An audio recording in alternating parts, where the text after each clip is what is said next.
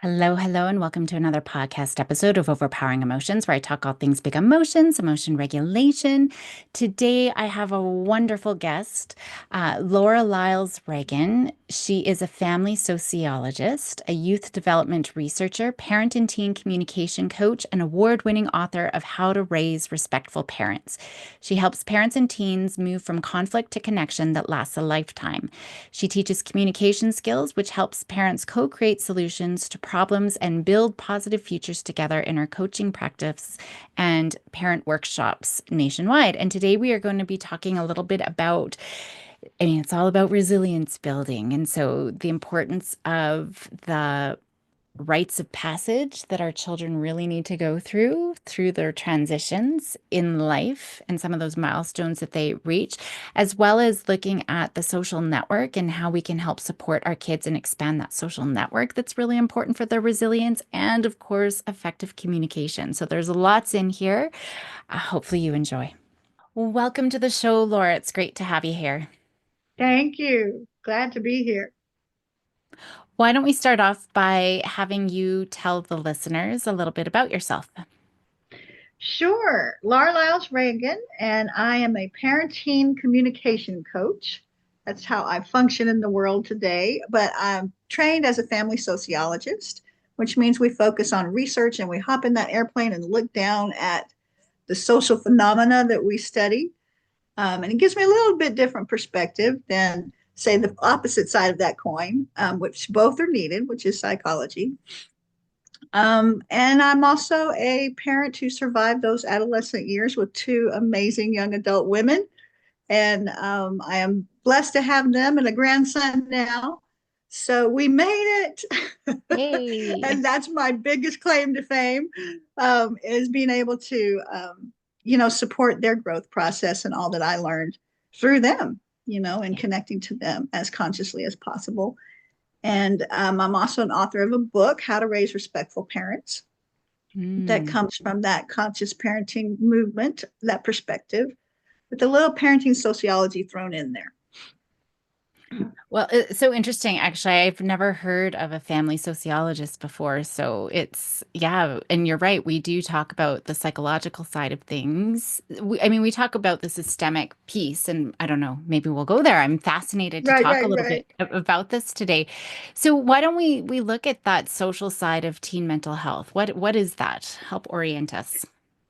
Sure. Well, it says that society, which can be sometimes conceived as an organism, but basically it's co-created culture that we all participate in creating our culture all the time. That it's a dynamic process. And so we look at it from a group perspective, that there are things that we as a community, that we in Western culture can do to support teen mental health that quite frankly we aren't doing, or we wouldn't see, the major upheaval that we're seeing right now with teens. In our country, in the United States, the CDC talked about last year the, overwhelming teen mental health crisis that many teens were identifying themselves as being depressed or anxious, and that the suicidal rate has been climbing even among older children, not just teens. And that was pre-pandemic, is what Yeah, that research says. So we know that there's things societally that we are missing, to support our teens in a right. very complicated world. What do you think some of those things are? I talk Well, about this stuff all the time, but yeah, it's always interesting to right, talk right. about it with others. And first, I have to qualify what I say. I am not a mental health professional. I am not a licensed psychologist or therapist. Um, I'm a researcher with 30 years in youth development, and that gives me a little bit different view on some of these phenomena, as I've shared. But I want to say that therapy has its place. There are times when you need that intervention and you need a skilled professional to help navigate, the system to get your kid the help that child deserves and needs. So I am so supportive of, therapeutic interventions, I should say. But I want to talk about today with you, and I'm so glad that, you're welcoming this discussion, because there are things we're missing societally. When we were hunter gatherers, going back to a more simpler society, there was a real clear rite of passage for what it meant to pass from childhood to adulthood. And today we have this elongated process of what it means to pass from childhood to adulthood. You get to maybe drive a car, you get to graduate from high school or preparatory school, go on to college, and then it's buy a house, and you better be financially stable before you can have kids. And, it's just a long, long process. And because it's not a fixed mark, and because there's not, everybody's um, journey is different, there's not a lot of societal support for these rites of passage. So we have to, as parents, be the interveners in saying, okay, let's celebrate what you're doing today that helps you move towards, responsibility and independence. And that's going to look different for different families, right? We have a lot of agency in being able to co-create this um, network of support, but being very intentional about it, I think, is really, really important. Because kids, some kids just aren't academically inclined. They're more tactile. They want connections with the outside world. They want to do things with their hands, and that is just as valid and as important as excelling and on being on the college track. So celebrating where they are and having specific rites of passages about achieving that is, yes, individualized, but we've got to send the message societally that it's okay to have milestones that work in different ways. I think Does that make that's sense? really, yeah, yeah, absolutely. And but even the things that we had in our childhood, 16, well, here in where I live at 16, you get your driver's license and then you graduate and you move out. That's even prolonged. Like kids aren't getting their license. Right. They're not driving. They're staying home. They're not, like they are missing out on those ones that we always thought sort of were a little bit more in, at least in North America, a little bit more universal. So I guess maybe two things. Why is this important, right? Like, just understanding the importance for their development, these rites of passage, and then maybe a couple of examples of other ones that maybe are kind of outside the box that aren't the typical get a license, get a job, move Right. out. Mhm. Right. Right. And so much of this goes back to how we parent the littles, even because kids don't have the free range childhood that I got to have. I got to go outside and play. I got to climb trees and have a bicycle gang, where we would all ride bikes in the neighborhood.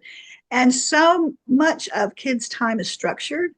And it's not that, free roaming, exploratory kind of childhood.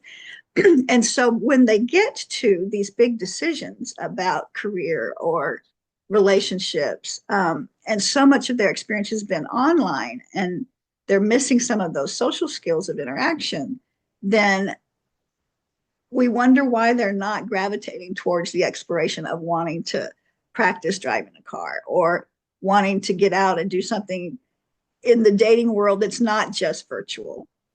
Why do they seem more shy and introverted? Well, it's because they haven't had these exploratory experiences. We've constructed childhood very differently than certainly in an agrarian society or certainly in time before that.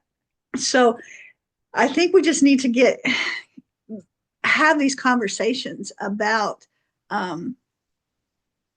what it means to support agency, in kids, um, helping them to do those pillars of youth development, which is experiment with having power and influence. I mean, it even starts as early as 2 years old. You want to wear the blue shirt or the red shirt, and celebrating that choice, whatever it is. Those kinds of things psychology talks about a little bit, but I think we're missing that meta view that those kinds of interventions happening early support kids exploring with confidence later. Um, does that make some sense? Yeah, yeah, absolutely. And even just looking at, counter will and being able to say no and like I think that's a big part of identity formation as well, and they Right. become more independent too. So I think there's so many different pieces in there, just the agency, autonomy, giving them more responsibility as they get older, at when they hit these different milestones too. There's so many different pieces in there. I think there's two directions I'd love to go. One is, you were talking about just these conversations that parents can have. So maybe if there's a guide for parents just around some of these, mental health conversations. Well, maybe we start there before I convolute it any further. Sure, sure. Um, well, we talked briefly about rites of passage. We talked about building a support network for kids. And that's, certainly an inoculation against the crises of teen mental health issues is, having a support network and defining who you go to for what. Even having those intentional conversations about, if you can't talk to me about a boyfriend girlfriend issue, who would you go to? Make it safe to have those conversations and talk about the sanctioned kinship relationship that you might have with a neighbor, with an aunt or uncle, and say, I trust this person to guide you, in a way that is healthy. And may not have to agree with them, but they're going to want to do what's best in your best interest. And having that really intentional, sanctioned conversation about it's okay to have mentors. Some parents um, feel that they're not doing their job if there are other people in their tween or teen's life. And it's quite the opposite. No parent can do it alone. And we've constructed parenthood these days to really be alone. There's no, very few extended family examples. We don't live near our extended family members anymore. The power of aunts and uncles and mentors in people's lives is not as intentional as it was in tribal societies. So to me, because of my training, I look and go, no wonder we're having a teen mental health crisis because we don't have the support networks that teens need as they want to launch out and experiment with things and do things differently from their parents. The counterpart, right? Yeah. I need you to be my anchor so that I can push away and form my own identity. And they need multiple anchors so that when they push away, there's other people underneath to support. And, schools, as wonderful as educators are intending to be, are just simply too busy right now. So we have to have these very intentional conversations about support. Who is your people? Who's your tribe? Let's talk about that. Who would you go to if you, I mentioned the boyfriend girlfriend conversation, but if a friend was in trouble, and they always want to talk about that, I'm not asking for me, I'm asking for my friend, and then it's safe to talk about those tougher conversations about depression or anxiety. And so I want to mention here too the amazing Society for the Prevention of Teen Suicide has come up with a research base for open-ended question guide for parents that is just awesome. And like I said, it's tried and true. It's research based, and it starts with if has a friend ever considered harming themselves, and they may launch into Joe was in a real depression after his parents' divorce, and he talked about it. It really scared me, and that's a great way to open the conversation. Then have you ever considered harming yourself? And then talking about how you would feel. I would, really miss you and it would change my life forever. And you're so important to me. And then if they have considered it, what stopped you from doing it? What kept you here? And usually there's some kind of goal or something they were looking forward to, or a relationship that was important. Even if they're young, it might even be who would feed the dog, since that was my chore, Right. But having those really important, very open-ended, non-judgmental conversations, this guide is just great to doing that. I will make sure I put that in the show notes for everyone. And I think this sort of mapping their social networks is really important. It's something that I talk about for younger kids. I will have I tell educators this, I tell parents this, where you can maybe have a tree and on the leaves are the Mhm. different people in my life. So it's like a family tree, but it's really my network, my support tree. If kids are older, I have them, maybe make a chart and who are your committee members. And so all the Yay, I names love down that. I one love that. side and then the things that I could go to. But even, my family doctor for health issues, my optometrist Right, when my eyes are bugging me, yeah, who could I go to for math or who could I go to for friendship fires or all of these things. And then they can see right, all of the little check marks and all of these boxes and all the people that they do have right. in their life. And that aloneness is a myth, right? We can Absolutely. feel alone, and that's a valid feeling, but there's not truth in it because we have this map.